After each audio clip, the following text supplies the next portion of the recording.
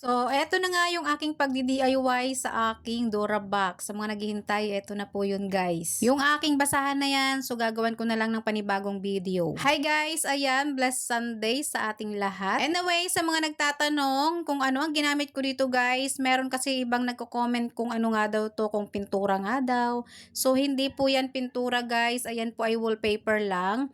At ayan siya guys, oh. Pero yung pagka-wallpaper niya guys ay glossy siya. May pagka-plastic kaya pag binanat mo siya as in mababanat talaga siya. Kaya naman kapag sumubok kayo nito, wag nyong babanatin. Hayun lang, charis. Nagulat din talaga ako sa quality ng wallpaper na to at hindi ko talaga inaasahan na ganyan nga ang magiging resulta niya sa aking pagdi-DIY. Nung masukat ko na nga yung size, so ayun, nag-cut muna ako para dire-diretso na lang yung aking pagdikit. Unang pagdikit ko guys, baklas agad dahil kumulubot siya o diba, hindi talaga siya madali. At kailangan mo talaga dito ng napakahabang pasensya dahil napakahirap niyang gawin. So eto na nga guys, nung madikitan ko na nga ng 3 layers, so ginamitan ko na siya ng heat gun at mabuti na lang talaga naalala ko meron pala akong ganito. So eto na yung aking unang pagdidikit sa kabilang pintuan ng aking Durabox. Kung makikita nyo guys, hindi siya masyadong perfect talaga. Meron ngang part na kulubot dahil hindi ko pa masyadong gamay. So dito naman tayo sa kabilang pintuan ng Durabox. Sa unang pagdidikit ko, medyo okay naman, pero hindi ko talaga nagustuhan at baklas ulit.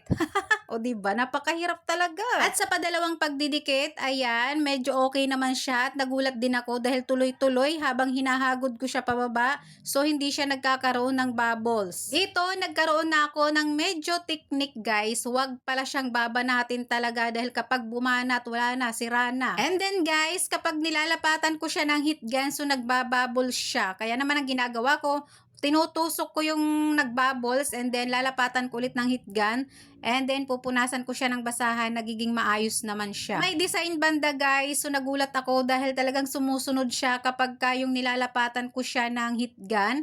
Tapos pag nalapatan ko ng basahan, ang ganda-ganda guys, para siyang tunay na talagang kulay. Dito sa part na to guys, medyo nagagamay ko na nga kung papaano siya ilalapat, kaya hindi na ako masyadong hirap dyan. Kaya lang dito sa may bandang baba ay medyo kumulubot siya, kaya binawasan ko. Kung makikita nyo guys, so nabawasan ko yan. Pagkatapos, hindi na nga ako nagkakat ng medyo mahaba, so niliitan ko na lang para kako mas mabilis ko siyang maiilapat at madali siyang sumunod kapag nilapatan siya ng heat gun. Ayun lang guys, kapag gumamit kayo ng ganitong wallpaper na glossy, dapat meron kayong heat gun para mas maganda talaga yung lapat guys, hindi siya nakaangat at maganda talaga tingnan. Ito namang heat gun ko guys, so meron talaga ako nito dahil dati nagtitinda ako ng peanut butter, so pang seld ko yan. So anyway guys, dito medyo patapos na ako at ayan na nga ang aking finished product. So dito guys, naging kaaway ko talaga yung sarili ko dahil wala naman akong katulong at mas maganda talaga guys ang walang katulong magdikit ng ganito. Dahil kapag may nasira, so wala kang ibang sisisihin kung di ang sarili mo. Kasi kung meron kang kasama, nako, hindi ko alam, maging dragon ka talaga. Charis. Ayun lang, maraming salamat sa panonood. Bye! Follow for more.